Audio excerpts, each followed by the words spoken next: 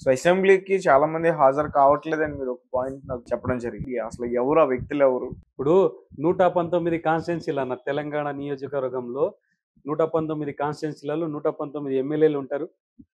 17 మంది ఎంపీలు ఉంటారు. 40 మంది ఎమ్మెల్సీలు ఉంటారు. హ్మ్. ఇప్పుడు అసెంబ్లీ సెషన్లు నడుస్తున్నాయి. వీళ్ళేందో ఎందుకు గెలిపిస్తారు? ఒక నియోజకవర్గంలో ఉన్న సమస్యల్ని తీసుకుపోయి అధికార పక్షానికి తెలపాలని చెప్పేసి వీళ్ళని గెలిపిస్తారు.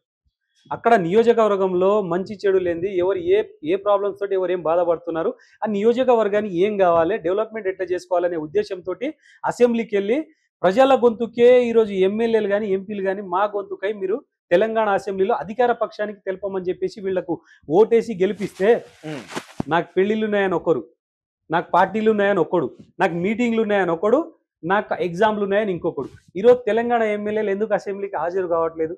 ఈరోజు హాజరు పర్సెంట్ 60% ఎందుకు ఉంది? 40% ఎమ్మెల్యేలు ఎందుకు రావట్లేదు? ఎందుకు మాట్లాడతలేరు?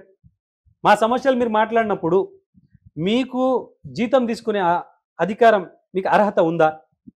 ఈరోజు ఒక ఎమ్మెల్యే జీతం 2,75,000 పర్ మంత్. మీకు క్వార్టర్స్ కావాలి, మీకు సెక్యూరిటీ కావాలి, గన్మెన్లు కావాలి, అలవెన్స్లు కావాలి, అన్నీ కావాలి. ఈరోజు నెలకి 2,75,000 జీతం తీసుకుంటున్న ఎమ్మెల్యేలు, ఎంపీలు, ఎమ్మెల్సీలు మీకెందుకు ప్రజా సమక్షాన్ని మీరు అధికార పక్షానికి తెలపట్లేదు? అంటే మీరు ఈ జీతం తీసుకునే అర్హులు కాదు. ఈరోజు మేము ప్రజాసేవ చేస్తున్నామని చెప్పేసి గొప్పగా చెప్తారు కదా వీళ్ళు, ప్రతి ఒక్క రాజకీయ నాయకుడు. మీరు ప్రజాసేవ చేసినప్పుడు మీకు జీతాలు ఎందుకు? మీరు జీతాలు తీసుకున్నప్పుడు ఈ తెలంగాణ ప్రజానికానికి మీరు ఒక ఉద్యోగులుగానో, ఒక గుమస్తాగానో, ఒక బానిసలాగానో ఉండాలి తప్ప మీరు ప్రజాసేవకులు ఎట్లయితారంటున్నా. 2,75,000 ప్రజాధనాన్ని మీరు ఉద్యోగ రూపంలో తీసుకుంటున్నప్పుడు, దానికి న్యాయం చేయనప్పుడు 2,75,000 మీరు తీసుకునే అర్హత లేదని చెప్పేసి నేను ఒక కామన్ మ్యాన్గా నేను క్వశ్చన్ చేస్తున్నా. సిగ్గుండాలి. ఒక ప్రభుత్వ ఉద్యోగి టైంకి ఒక ఆఫీస్కి వెళ్ళకపోయినా, ఒక ప్రభుత్వ ఉద్యోగి టైంకి ఒక పని చేయకపోయినా వాళ్ళ శాలరీలు కట్ చేస్తారు, వాళ్ళ మీద యాక్షన్లు తీసుకుంటారు. ఈ దొంగనా కొడుకులు 119 ఎమ్మెల్యేలో కొంతమంది అసెంబ్లీకి రాని వాళ్ళకి ఏ ఏ యాక్షన్ తీసుకోవాలి?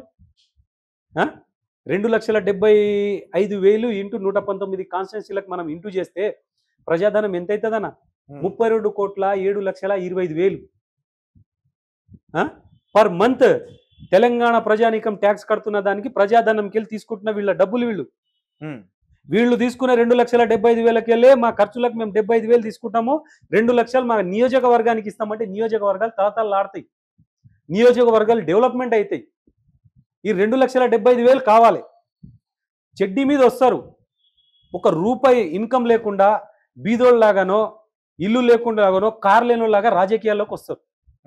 ఒక ఎమ్మెల్యే అయినో, ఎంపీ అయినో 100 కోట్ల ఆస్తులు ఏడికేలు వస్తున్నాయి మీకు? 100 కోట్ల ఆస్తులు ఏడికేలు వస్తున్నాయి మీకు? మేము గెలిపించాలా? మేము ట్యాక్స్ కట్టాలా? మీకు జీతాలు ఇవ్వాలి?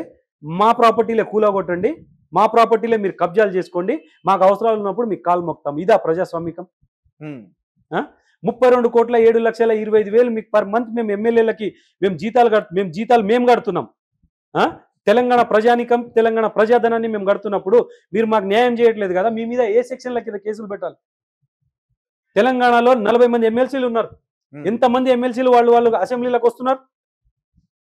ఎమ్మెల్సీ వాళ్ళకు కూడా 2,75,000 జీతాలే.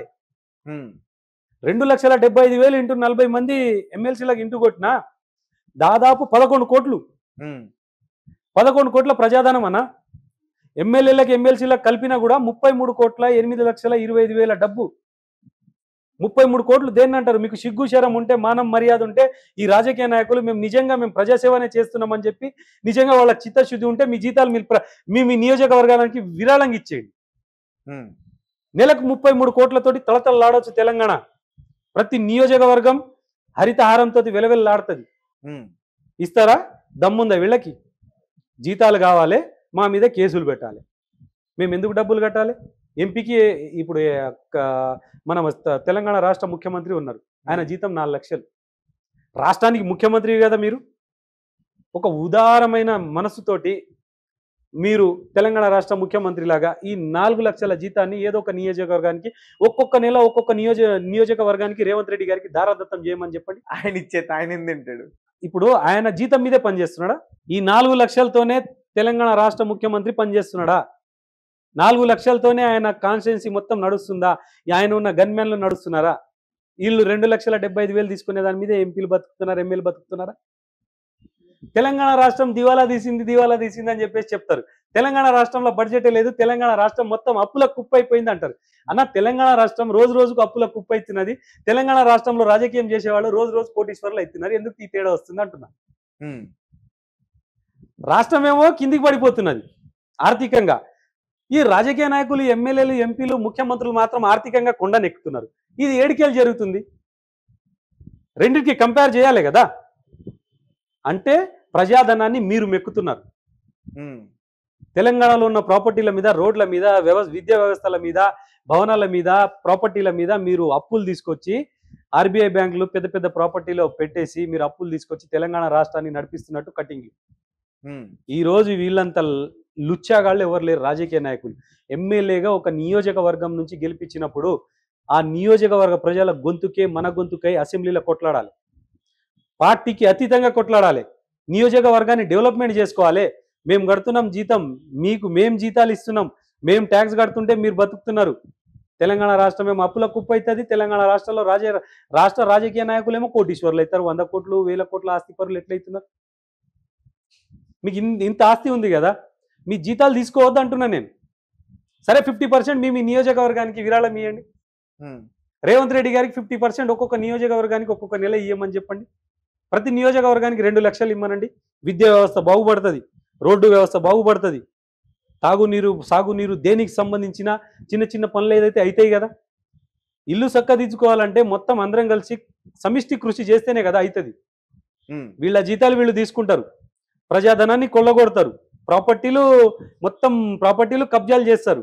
ఈ రోజు ఓటేసిన వాడు పిచ్చోడు, అడగొద్దా? కామన్ మ్యాన్ గా నేను వచ్చి అడుగుతున్నా. నాలాగా ప్రతి ఒక్కరు క్వశ్చన్ చేయాలి. ఎందుకు క్వశ్చన్ చేయకూడదు? తప్ప. రేవంత్ రెడ్డి గారు ఈరోజు విద్యా వ్యవస్థలో నిన్న ఏది ఒకటి మెట్పల్లి అని ఉంది పెద్దాపూర్లో, మెట్పల్లి ఏది జగిత్యాల డిస్టిక్ మెట్పల్లి పెద్దపల్లిలో ఆ అబ్బాయి గురుకుల పాఠశాలలో స్నానానికి వెళ్తే పాము కాటేసింది. మరి అంత దుర్భరమైన పరిస్థితులలో నడుపుతున్నారు రేవంత్ రెడ్డి గారు. నేను చెప్పేది ఏంటంటే, సేవాలాల్ సేన యువసేన అధ్యక్షుల తరపున నేను చెప్పేది ఏంటంటే, పార్టీలు నడపండి, మీరు ఈ రాష్ట్రాన్ని అభివృద్ధి పథం వైపు తీసుకొచ్చేటట్టు నడిపియండి. తెలంగాణ తల్లిని మార్చేస్తాం, కేసీఆర్ గారు పెట్టిన విద్యా వ్యవస్థను మార్చేస్తాం. ఈరోజు మార్చడమే కాదు కదా, మార్చడానికి మిమ్మల్ని తీసుకొచ్చి పెట్టలేదు కదా. టీఎస్ని టీజీ చేసిరు, ఆర్టీసీ లోగోలోంచి కాకతీయ కళాతోరణాన్ని తీసేసి, మరి గివా మార్పులు?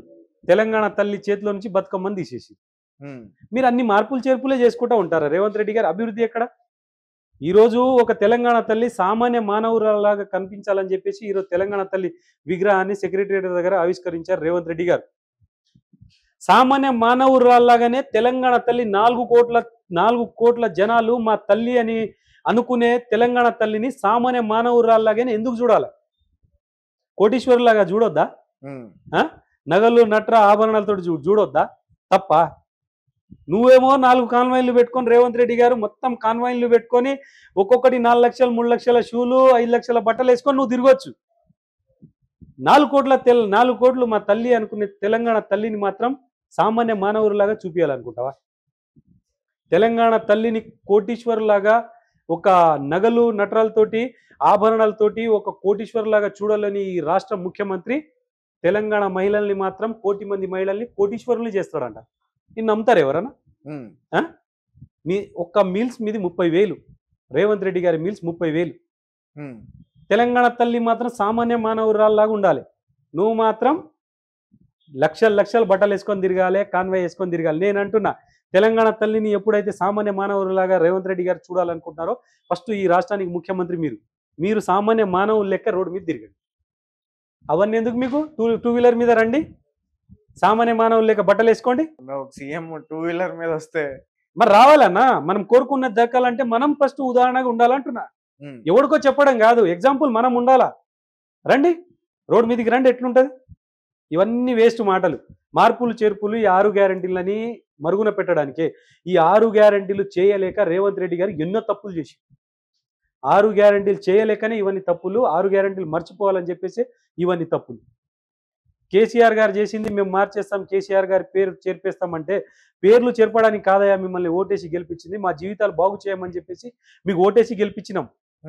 కేసీఆర్ గారి కంటే ఇంకా ముందుగా మీరు చరిత్రలో ఉండాలంటే ఆయన చేసిన దానికంటే మీరు ఇంకా మంచిగా చేయాలి, కానీ ఆయన చేసిన వాటిని కుల్లగొట్టడమో, చంపేయడమో, గురుకులాలు మొత్తం భూస్థాపితం చేయడమో, విద్యా వ్యవస్థ మొత్తం నేలకు తొక్కేయడము కాదు.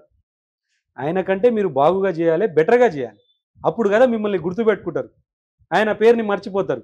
ఆయన పేరు మర్చిపోవాలనే ఒకటే మైండ్లో పెట్టుకొని రేవంత్ రెడ్డి గారు చాలా తప్పులు చేశారు.